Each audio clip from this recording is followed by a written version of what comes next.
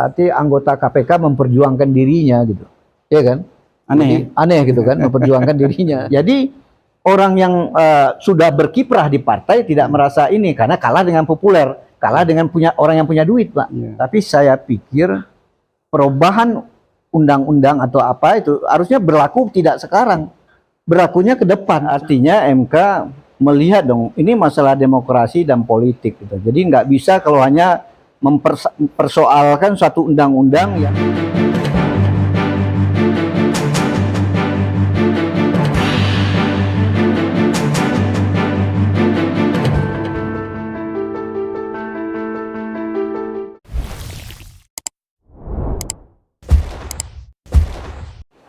Bismillahirrahmanirrahim. Assalamualaikum warahmatullahi wabarakatuh. Waalaikumsalam warahmatullahi wabarakatuh. Pak Herman, apa kabar? Baik, Pak. Kita jumpa lagi nih. Iya, Pak. Kita jumpa, Bapak hadir, saya undang ya di HUT KI ya, ke-15 ya. Jadi bisik-bisik kenegaraan ini masih perlu kita wacanakan terus nih. Panjang, Pak. Masih Karena panjang. semua komponen bangsa selalu berbicara itu, Pak. Mau nggak mau kita harus mengamati juga apa yang bisa kita sampaikan, ya kan, Pak? Jadi mungkin sebelum bisik-bisik, saya juga sedikit mau informasikan kepada netizen ya. Kita ada semacam polling, Pak Herman. Polling yang ya kecil-kecilan ya. Jadi ada beberapa pertanyaan. Menurut Anda, MA akan memutuskan apa terhadap gugatan KLB Muldoko? Ya, ini jadi menolak atau putusan lain atau tidak tahu, ada beberapa persentasenya. Terus ada lagi pertanyaan berikutnya, menurut Anda apakah pihak yang bersiasat untuk tunda pemilu ada, tidak ada, atau tidak tahu?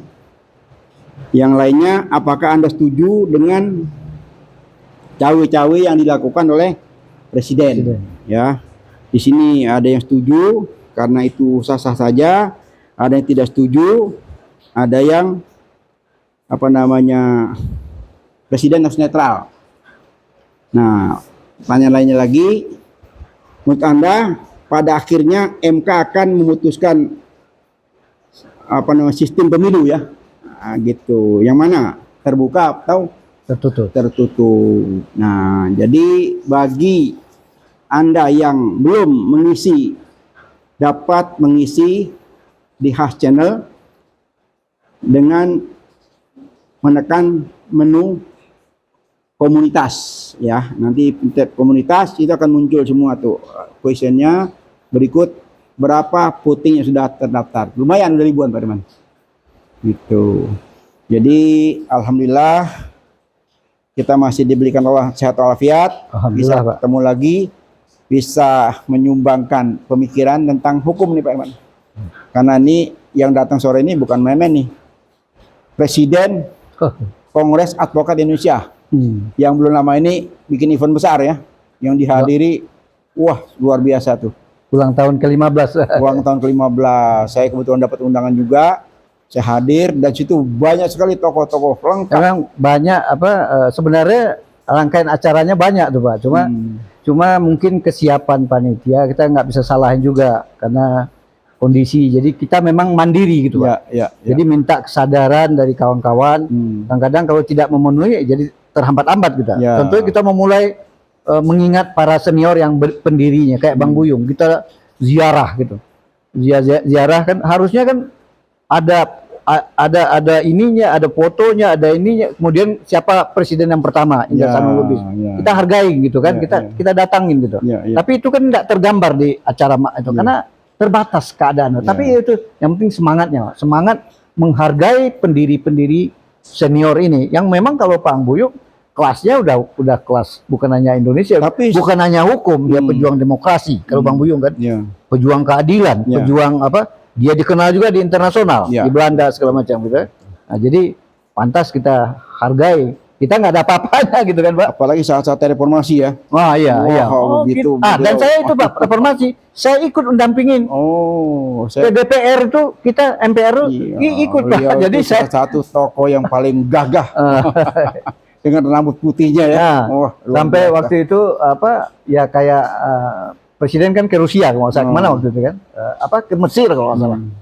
Minta ya, akhirnya pertama Harmoko bilang tetap presiden Pak Harto lanjut, atau pada akhir itu malah dia yang minta supaya Pak Harto siap untuk karena masyarakat udah begini gitu kan, akhirnya berkembang lah reformasi gitu kan. Waktu suksesi kemarin ya, 98 ya.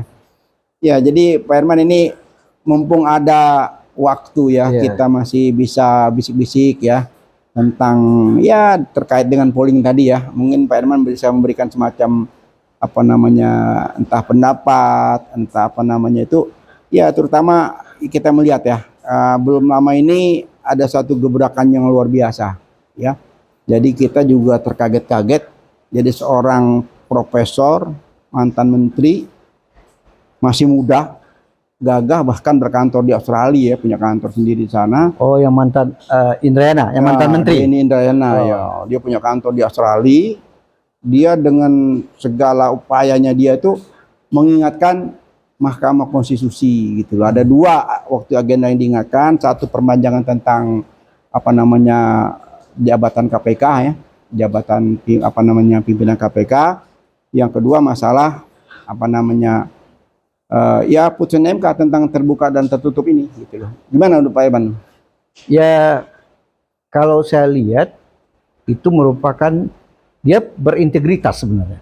Mungkin integritas dia itu kalau dia sampaikan di Indonesia sulit gitu, ya mungkin banyak yang dia lah. Saya melihat ya kalau memang dia merasa ini ya dia kalau di Indonesia nggak akan berkembang, nggak akan bisa menyampaikan mungkin ya. Walaupun kita nggak setuju gitu.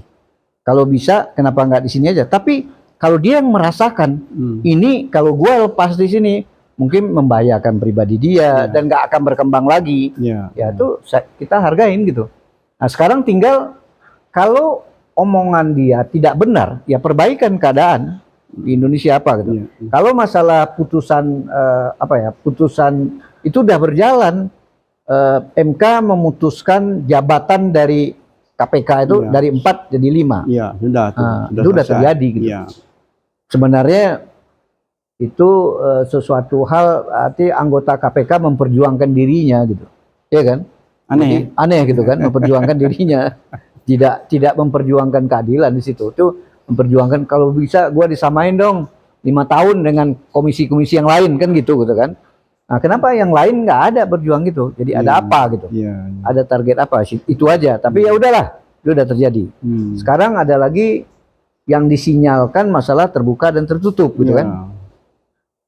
Kenapa? Apalagi mungkin si Indrayana juga berpikir partai lain juga nggak ada yang mendukung. Ya kan? Artinya dapat dari mana itu dialah, jaringannya dialah. Ya memang aneh sih ya. Dari 9 partai, 8 ini kan kepengennya terbuka. Dia pengennya terbuka. Iya, hanya satu partai, itu pun bukan partai waktu itu kan, hanya orang per orang. Kan orang per orang tuh awalnya yang mengusulkan, bukan partai, bukan PDI. PDI itu belakangan aja kan, tapi yang usul pertama itu kan orang per orang gitu. Tapi PDI ikut mendukung. Sebenarnya kalau ada kelemahan terbuka, sebenarnya ini udah reformasi terbuka. Kita harus terbuka, ikutin. Tapi kelemahannya apa? Misalnya undang-undang yang untuk pemilu itu ada yang dirubah. Misalnya syarat sebagai anggota DPR itu misalnya jangan hanya SMP atau SMA, ya tingkatkan gitu. Ini kan ada kesan orang yang populer kalah dengan orang berkualitas di partai, Pak. Nah, tapi ternyata partai yang 8 nggak ada masalah dia, nggak keberatan dia. Itu kan tinggal diperbaiki juga aturan orang yang walaupun populer, misalnya bintang orang kaya atau bintang film, penyanyi gitu. Ya tapi buat juga syarat dia juga minimal S1 atau pernah kuliah gitu. Jadi tidak hanya SMA gitu, ya kan? Jadi orang yang sudah berkiprah di partai tidak merasa ini karena kalah dengan populer, kalah dengan orang yang punya duit, Pak. Jadi itu yang diperbaiki, bukan kita kembali lagi tertutup gitu. Tertutup hanya melihat gambar. Jadi diatur lagi sama zaman Orde Baru gitu, diatur sama. Jadi saya ya itulah mundur kalau saya lihat gitu. Mundur kalau menurut saya, apalagi dia dilawan juga, dia tidak disukai oleh 8. Makanya bingung juga anggota MK ini harus juga turun dong, jangan hanya ada tim dia yang juga turun kan dalam keadilan dalam undang-undang pokok kehakiman itu kekuasaan kehakiman ya, itu juga harus menyerap aspirasi aspirasi keadilan dari masyarakat. Itu Bukan hanya dalam peradilan perdata pidana dia MK itu harusnya turun juga mencari aspirasi banyak ini, jangan hanya elit gitu, supaya lebih akurat. Nah, kita menyayangkan para ahli-ahli kalau misalnya ya walaupun ada dissenting opinion di antara beberapa, tapi kan ya kecurigaan orang tetap ada nih, ketuanya iparnya presiden, itu pasti ada perasaan orang seperti itu. Kemudian yang anggotanya manut gitu, nggak enak dengan Pak Ketua kita kan ipar presiden. Itu harus menjadi menjadi perhatian bagi MK gitu. Jadi kembali ke Denny Indrayana. Kembali ke Denny, itu cara berjuangnya saya tidak ya itu mungkin dia pengen berjuang, tapi kalau dia lakukan di Indonesia mungkin dia terhalang. Jadi gini, mungkin kalau saya punya pemikiran, kenapa dia berjuang dari luar? Karena kalau di dalam kan sudah banyak yang bersuara.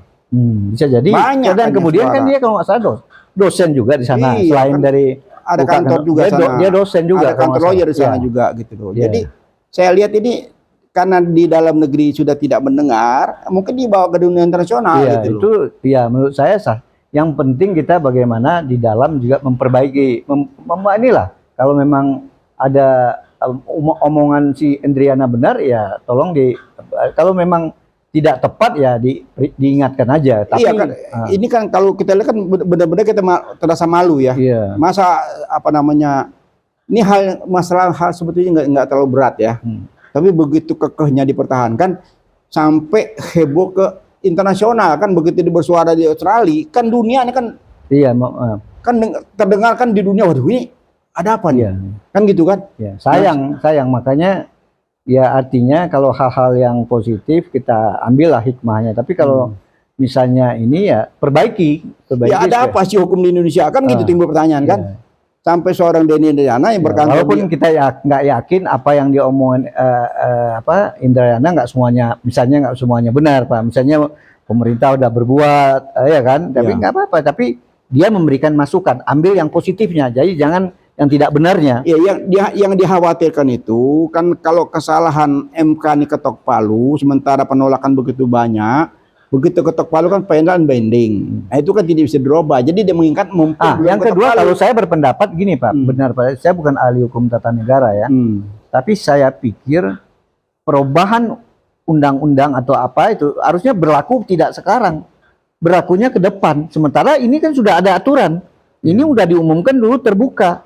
Jadi kalau misalnya ada perubahan itu final binding, nggak bisa dong. Ya, memang berlaku, tapi harusnya berlakunya untuk akan datang. Ya, buat apa di sidang sekarang kalau akan datang? Iya, artinya bukan biar dia sidang akan datang, tapi ada aturan. Saya nggak tahu, tapi saya pernah juga mendengar dari Prof. Jimli yang ahli hukum tata negara.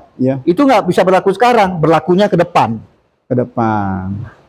Karena apa? Ini kan sudah dibuat aturan main terbuka, sudah sosialisasi.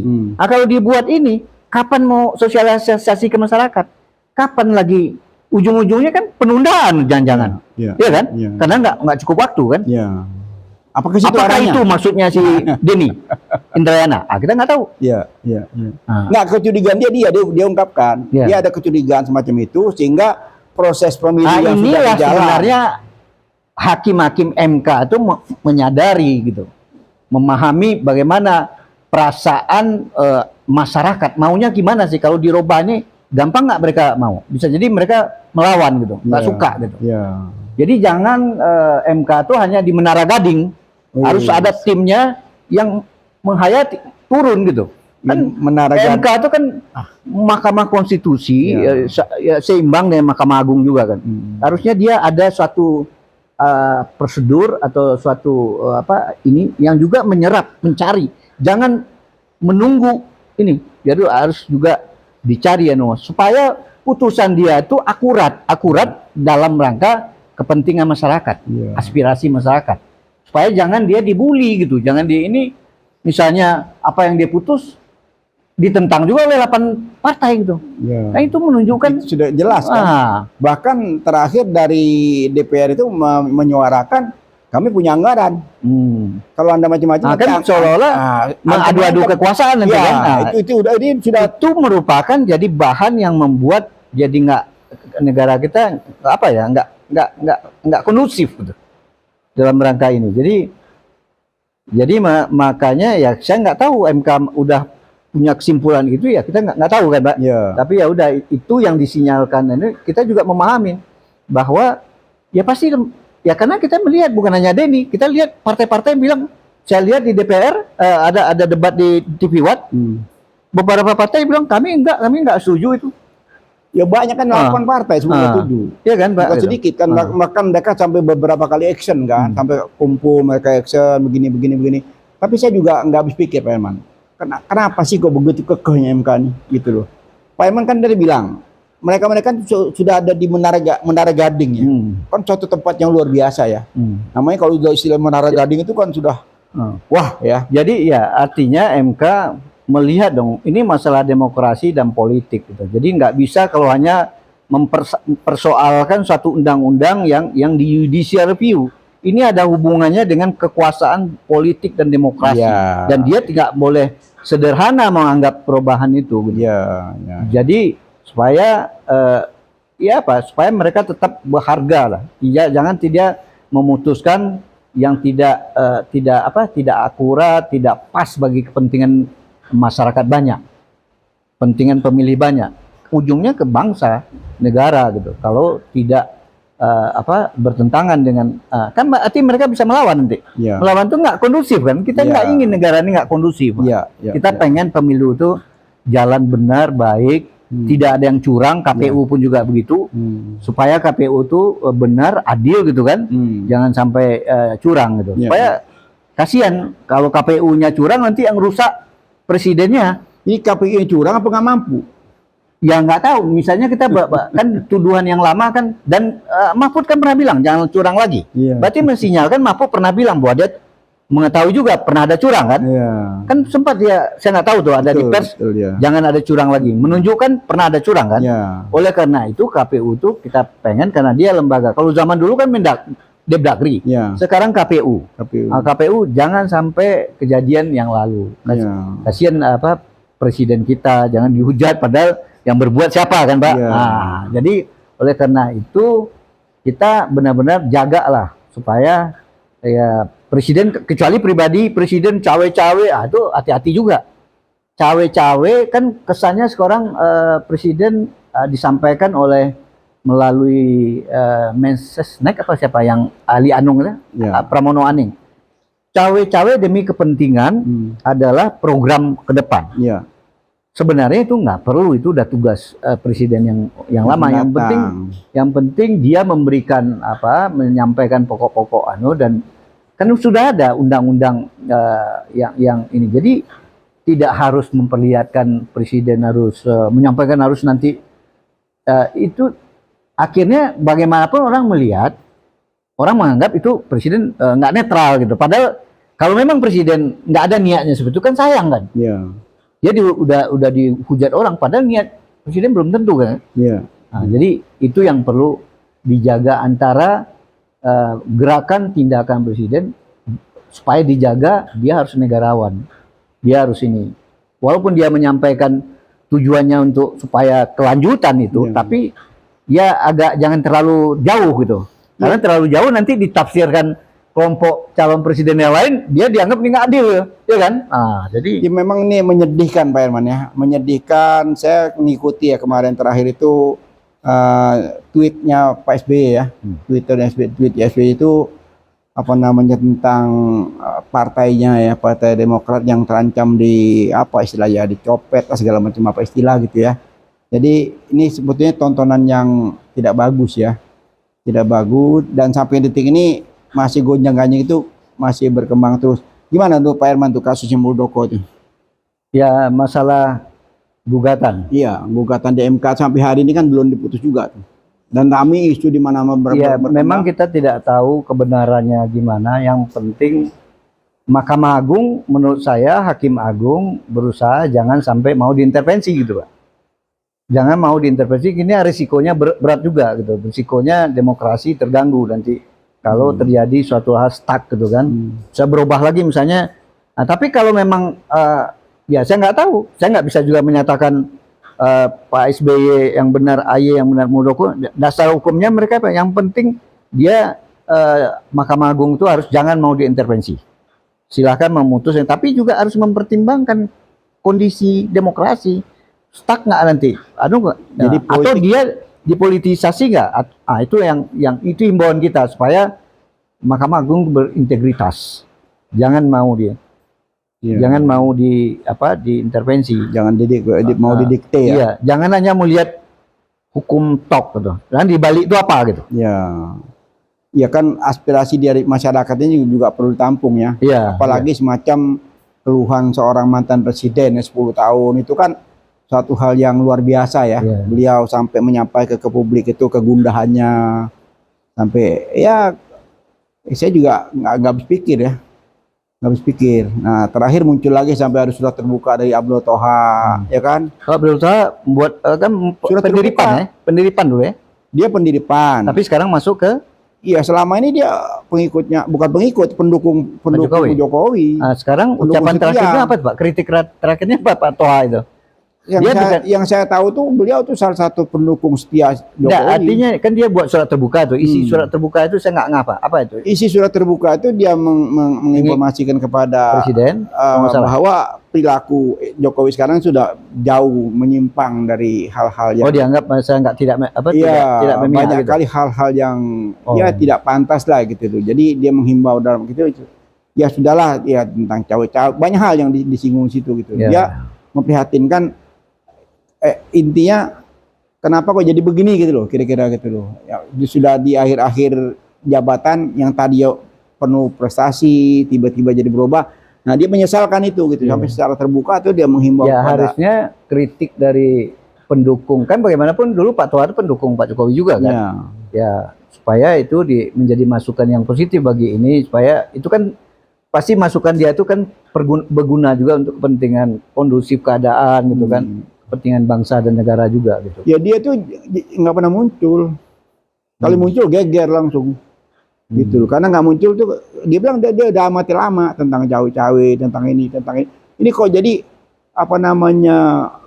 Ya dia menyesalkan dan dia dalam tempat juga mungkin menghimbau menghimbau agar sesegera mungkin ya sudah katakan yang selama yang sudah terjadi. Ya, mesti kadang maksud saya tuh gini Pak. Kenapa saya nggak mau juga menyalahkan 100% presiden?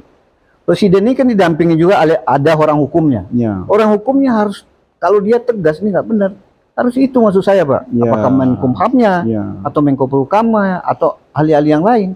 Ya kalau presiden kan dia nggak paham, dia jalan aja gitu. Maksud saya itu yang saya ini Pak. Lingkaran dia gitu, yang mengerti hukum Pak. Ya. Kalau boleh katakan pembisik ya. Iya, pembisik terutama yang bidang hukum.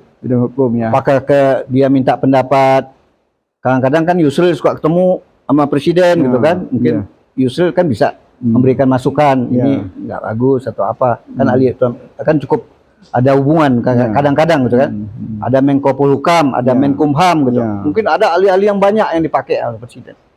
Yang punya itu harus punya prinsip yang jaga ini, jangan sampai presiden di ini tapi gara-gara kalian tidak memberikan nasihat gitu. Itu maksud saya Pak. Jadi kalau kita beberapa lembaga ini macam-macam ya. MK begini, MA begini, KPK begini. Sampai saya lihat di eventnya Pak Herman kemarin muncul ide-ide bagus tuh. Ya karena niat kita itu Pak, karena melihat nggak mau juga kejadian-kejadian hukum yang artinya tajam tajam ke bawah, ke oposisi, kepada yang tidak sukai gitu. Tapi ke kawan lembut gitu kan. Atau diskriminatif atau kriminalisasi. Kita nggak mau gitu. Itu yang ke depan paling tidak berubah lah, ada perbaikan gitu. Iya, makanya istilah tuh di forum Pak Herman kemarin waktu kongres itu banyak sekali beberapa diskusi itu ya. Sampai yang saya tangkap tuh ini ada di Cemerlang nih. Kayak ini aja Pak, kita kasih ke mahasiswa. Jadi selain di acara kita itu Pak, selain di hotel itu, kan di gedung sebelah pusat perfilman gedung pusat perfilman Usman Ismail itu 3 hari kita kasih mahasiswa berdebat Pak. Kita kasih judul realitas penegakan hukum di Indonesia biar mahasiswa itu mulai berpikir. Tapi nggak muncul di TV Pak? Ya kan saya bilang gitu Pak, karena kenapa kita nggak TV? Target kita TV itu kan capres. Karena capres nggak ini kita nggak berani juga ngontrak TV, takutnya malu. Gitu. Kalian udah mana nggak ada yang muncul kan? Tapi sebenarnya kan ada jawaban dari Pak Ganjar. Karena nggak bisa cuti, mohon kesempatan lain. Kalau dia udah resmi di KPU dan cuti, yuk kita kan paling tidak kita hargai juga itu Pak. Yang kedua Pak Anies. Pak Anies hari terakhir muncul elektronik suratnya dari sekretariatnya menyatakan mohon maaf nggak bisa hadir karena nggak bisa dihindar katanya. Kita juga ngerti lah. Dia bilang kesempatan lain dan menghargai forum yang kita adakan. Mudah-mudahan kesempatan lain kita tindak lanjutin. Jadi kita hargai juga itu Pak. Ya kalau itu hari itu Pak Herman, mungkin ada sih saya informasi ke Pak Herman bahwa hari itu kenapa Anies itu tidak bisa hadir. Karena dia menjawab tentang cawe-cawe ya, presidennya tetap akan cawe-cawe. Dalam kelompok pendukung dia lah ya. Dia tetap presiden tetap mau cawe-cawe ya, akhirnya Anies pun ikut cawe-cawe kan. Jadi bagi kita nggak apa-apa, yang penting kita udah dan kita tetap kemungkinan KAI sebagai lembaga organisasi advokat akan melanjutkan Pak ide-ide masalah visi hukum ini. Karena bagaimanapun siapa lagi yang memperjuangkan ini Pak? Kalau tidak kalau pendukung yang lain tentunya masalah kebangsaan lebih luas Pak. Tapi kita pengen yang spesifik nih, kita juga ada yang perjuangkan spesifik ini Pak. Karena masalah hukum kan cukup sentral. Prinsip negara hukum kalau itu jalan banyak pengaruhnya ke demokrasi Pak. Hukum jalan demokrasi akan bagus gitu. Hukum jalan ekonomi saya yakin juga akan dipercaya oleh luar negeri kalau hukumnya stabil gitu. Enggak dia datang ini berubah lagi peraturan ini berubah aja ini nggak stabil. Begitu juga penghasilan kalau udah hukum jalan kan lebih adil. Kalau sekarang misalnya sumber daya kita banyak, yang menikmati yang punya duit, yang punya modal. Masyarakat di bawah punya, malah di lingkungan tempat itu mereka banyak keleleran. Banyak mengharapkan cuma CSR. Padahal nggak boleh, harusnya hasil itu juga kalau benar-benar itu dijalankan, banyak hasil kita, gaji harusnya besar. Kan, pendapatan harus besar. Itu yang kita inginkan, jangan hanya dinikmati oleh oknum-oknum pribadi yang menguasai perizinan misalnya kan, kita nggak nyebut siapa-siapa lah. Itu harusnya begitu juga yang kaya perusahaan-perusahaan, mereka yang menikmati. Sementara yang cuma mengemis, mendapat berharap dana hibah, dana bantuan, dana bansos. Kalau begitu sampai kapanpun kita nggak akan ini. Tapi kalau hukumnya kuat, tegas dan berkembang juga nanti kedaulatan negara. Kalau kita nggak banyak utang, negara kita kan kedaulatannya tinggi kan.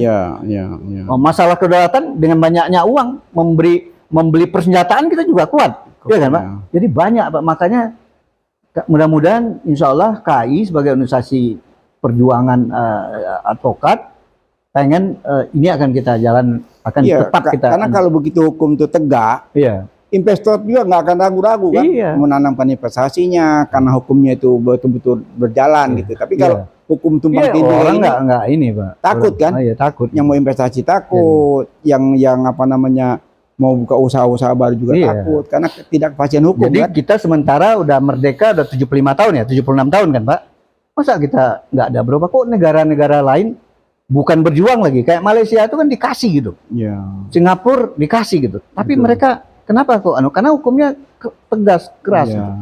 Saya lihat seperti itu Pak. Jadi itulah menimbulkan perasaan kita kayaknya hukum ini harus pelan-pelan, kita harus semua calon presiden harus komit, harus pengen memperjuangkan itu. Walaupun nggak mungkin secara ideal bisa terlaksana, itu nggak apa-apa, tapi yang penting sudah ada bayangannya, wah ini nanti hukumnya harus kuat, di mata dia harus menjalankan. Nah itu saya yakin Pak Iman. Kalau ide kemarin itu mahkamah advokat atau mahkamah advokat itu bisa berdiri, sehingga advokat itu punya wadah sentral yang mengayomi seluruh advokat di Indonesia. Wah, mudah-mudahan tuh kalau sekarang ini istilahnya. Tapi gini Pak, kalau mahkamah kemarin itu hanya kesan untuk majelis etik Pak, tujuannya bukan organisasi Pak. Oh gitu. Jadi nanti untuk Dewan Kehormatan di tingkat seluruhnya itu Mahkamah Advokatnya, dewan pokoknya itulah. Tapi kalau untuk organisasi masing-masing mereka punya dewan kehormatan. Jadi kalau kebandingnya hanya itu Pak. Ya, semacam induk ya. Induk untuk di tingkat pusat Pak. Ya. Tapi yang lain sepanjang undang-undang belum berubah, itu yang berlaku Pak. Jadi bukan saya itu. Walaupun saya punya niat juga, artinya menggalang para senior, apakah Mahkamah Advokat namanya atau apa. Saya pengen yang senior-senior itu suatu saat dia selalu bersuara nyaring kalau sesuatu keadilan yang tidak benar Pak. Iya. Tanpa dia terikat dalam satu organisasi. Iya. Misalnya dia di KAI atau dia dewan kehormatan, enggak. Jadi para senior rata-rata 70 tahun ke atas itu. Iya. Jadi dia nggak perlu lagi. Jadi kalau ada sesuatu yang nggak benar, dia nggak perlu terikat dengan saya sebagai pengurus. Oh, Herman, dia ketuanya Herman, atau presidennya Herman, atau Pradi, ketuanya si Oto, atau siapa? Saya minta izin dulu. Ini enggak. Saya mau pengen para senior tuh ada satu forum, wadah. Dia tidak lagi. Pokoknya dia ada keadilan yang tidak benar, dia bersuara aja. Situ dia cawe-cawe. Di situ dia menyampaikan pokok-pokok pikirannya, tanpa dia menjadi merekrut anggota, tidak perlu itu lagi. Jadi dia semacam dewan kehormatan senior boleh apalah namanya, forum advokat senior. Iya, arti kalau di di partai-partai itu kan ada dewan kehormatan, dewan. Kalau dia nggak terikat dengan ini Pak, mungkin agak beda Pak.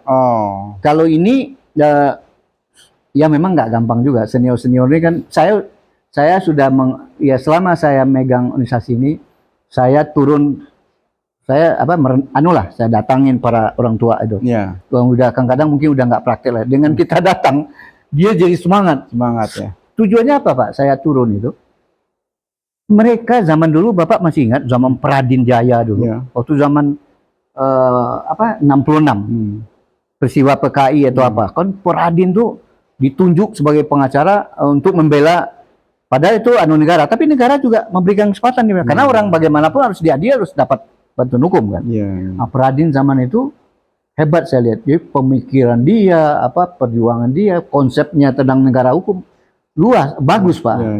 Kemudian zaman Ikadin, ingat ya Bang Buyung, Haryono Citro, Pak Iyap.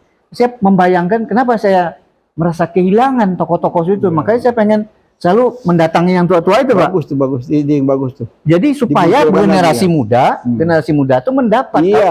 Kalau saya udah dapat dari mereka, tapi yang muda-muda kan nggak dapat. Yang muda kan nggak tahu. Itu makanya kan. Makanya saya ajak mereka, saya ketemukan mereka. Kadang-kadang mereka udah nggak sadar, kok diakui mereka. Kami mengakui, kalian pasti ada hal yang kita harus ambil. Mungkin dibikin lagi semacam forum diskusi kali ya. Forum diskusi menyatukan ide-ide dasar ya. Gitu Pak. Itu saya benar-benar pernah terbetik di benak saya itu, wah ini kalau sampai muncul kan bagus juga kan. Salah satu penegak hukum itu kan advokat ya.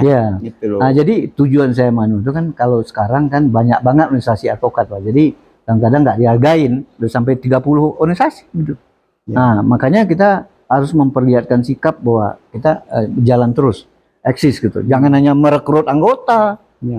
Untuk tapi apa penting atau apa manfaatnya untuk negara maksud saya. Iya kan Pak. Buat apa banyak anggota tapi gitu. Nggak ada yang bermanfaat. Nggak ada kekuatan ya. Walaupun sedikit tapi begitu yang punya bobot semua kan akan beda ya. Itu Pak maksud saya. Jadi makanya saya datangan senior.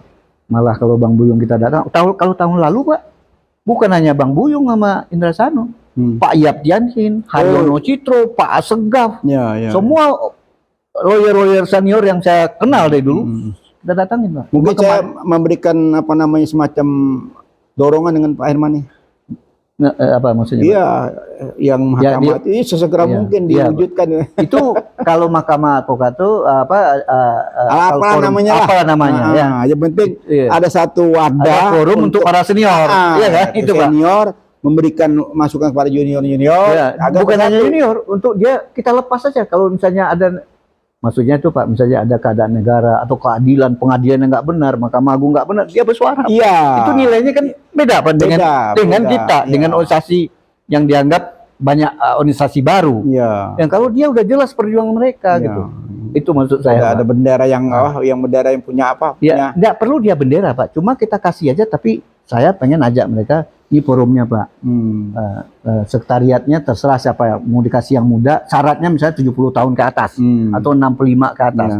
Nah, tapi yang pengurusnya nanti harus nggak terikat lah gitu. Jadi ada Pak, cuma maksudnya kita yang mendorong Pak, Bang bersuara Bang, kayak gitu Pak. Jadi kadang-kadang kalau mereka kan udah nggak mikir lagi, biar ada bobotnya ya. Nah, itu Pak.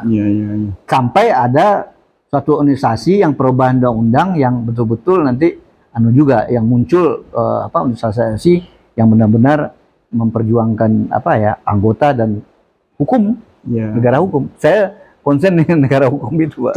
Balik lagi ke topik tadi Pak Herman, kira-kira apa nih mungkin semacam masukan dari Pak Herman, baik ke Mahkamah Agung terus ke MK, udah itu muncul lagi KPU. Ya kalau MK mungkin ada dua kemungkinan, bahwa dia sudah masuk di finalisasi gitu ya. Jadi mungkin apapun yang dikritik, mungkin udah punya putusan, udah punya kesimpulan. Cuma terganggu aja mungkin dengan Indriana ngomong gitu, nggak suka, ya kan? Tapi saya masih berharap didengar. Ada perubahan, ya mungkin kalau yang bagusnya ya di anulah. Jadi nggak usah dengar si Indriana. Coba cari info ke bawah, cari aspirasi. Tidak hanya di Menara Gading. Memang di aturannya kan nggak ada, tapi harusnya undang-undang pokok kekuasaan kehakiman harus menyerap aspirasi masyarakat. Saya kira situasi sekarang gampang kok nyari aspirasi. Polling ada di mana-mana kok, ya kan? Ada di mana-mana, nggak usah repot-repot kok. Tinggal dia lihat aja. Jangan jangan survei ya. Kalau lembaga survei segala macam itu udah banyak sudah hasilnya nggak jelas. Tapi kalau dia ikut polling itu kan banyak sekali yang sekarang muncul polling yang netral ya. Iya, itu suaranya sudah jelas kok. Gampang ditinggal klik udah muncul. Itu satu di MK. Mahkamah Agung juga begitu, bahwa perhatikan case ini berdampak kepada demokrasi. Kalau terjadi stuck berubah, akhirnya terjadi konstelasinya berubah, akan mempengaruhi kayak ini. Itu satu. Yang kedua, jangan sampai Hakim Agung diintervensi gitu. Sayang, kekuasaan itu harus terpisah. Dia harus mandiri gitu. Itu maksudnya. MK sudah, Mahkamah Agung sudah, tinggal KPU nih. Penyelenggaraan. KPU juga begitu. Dia harus bertindak, jangan memihak gitu ya. Harus jujur, adil. Karena bagaimanapun nanti akan ketahuan juga kalau terjadi yang tidak benar. Ya kan Pak? Itu lagi nih, ada yang lupa nih. Apa Pak? Lagi ngetren nih. Apa Pak? Ini ringan-ringan berat ini. Ringan-ringan sedap apa istilahnya tuh? Gitu. Cawi-cawi presiden. Kalau cawi presiden saya sudah singgung sedikit tadi Pak. Presiden ini mungkin tentunya harus diingatkan. Mungkin niatnya apa? Kalau niatnya benar ya Pak, tapi harus diingatkan walaupun niatnya benar tapi gerakannya bisa merugikan pihak lain. Jadi diingatkan oleh timnya, tim hukumnya, apakah Menko Polhukamnya, apakah Menteri Hakim hukumnya, atau siapa lagi lah di lingkaran itu yang mau mengetahui masalah hukum. Karena bagaimanapun kita jangan biarkan juga presiden yang mungkin dia nggak tahu tujuannya apa. Satu lagi mumpung kita belum lupa nih Pak Herman. Ini pasir kita sudah mau jual lagi ke Singapura nih. Oh pasir. Ya. Kalau itu belum menurut kita makin nambah gitu ya. Jadi belum masuk kan saya Pak. Jadi saya lihat di situasi kita nih udah begini, tiba-tiba muncul lagi hal yang baru. Pasir itu ya. Kondisi ekonomi seperti rakyat lagi nelayan lagi sedih, tangkapannya juga berkurang, tiba-tiba ada pasir yang diekspor ke Singapura untuk nguruk Singapura. Jadi Pulau Singapura itu bertambah besar, sementara kita berkurang. Itu juga diprotes luar biasa di mana-mana di medsos. Ya mungkin saya belum memperdalam itu. Yang jelas ya tentunya ya ada nggak sesuai aturan nggak dia atau ilegal apa enggak gitu. Nah itu kalaupun ada aturannya perbaiki gitu. Pernah waktu di era Megawati itu kan pernah ekspor kan dilarang. Sekarang kok bisa lagi dibolehkan lagi. Ya itu aja yang ini pikirkan ke negara lah, ke kedaulatan negara atau apalah. Saya berpikir itu aja karena nggak tahu, nggak dalam ya, saya nggak berani masuk. Kalau saya lihat itu nelayan terutama nelayan yang memang terusir, dia tadinya tuh cuma beberapa mil dia bisa menangkap rajungan, jadi berkurang. Jambi ya. Jadi sekarang udah nggak bisa. Kok Jambi daerah apa namanya yang lagi rame-rame kemarin? Batam bukan? Yang dekat Bukan. ke Singapura? Yang jalan rusak tuh. Oh, di Lampung. Lampung. Lampung itu yang mereka yang betul-betul nelayan itu udah ya curhatnya mereka sudah luar biasa karena tangkapan nelayan itu semakin hari semakin berkurang. Dampak dari ekspor pasir keluar gitu. Iya. Jadi makin hari makin lama carut marut kita. Iya, Pak. Pak Herman, terima kasih banyak waktunya. Semoga bisik-bisik ini apa namanya bermanfaat ya buat kita semua, terutama buat netizen ya. As Channel dan buat bangsa dan negara ini juga kami tidak bosan-bosannya ya. Mengingatkan kepada pejabat publik ya, pejabat publik, mau itu menteri, mau itu presiden, mau siapapun juga, kita selalu berbisik-bisik buat kebaikan. Ya, kebaikan. Jadi mudah-mudahan pertemuan ini bisa berlanjut lagi. Saya masih banyak lagi nih tentang hukumnya. Mungkin kesempatan lain Pak.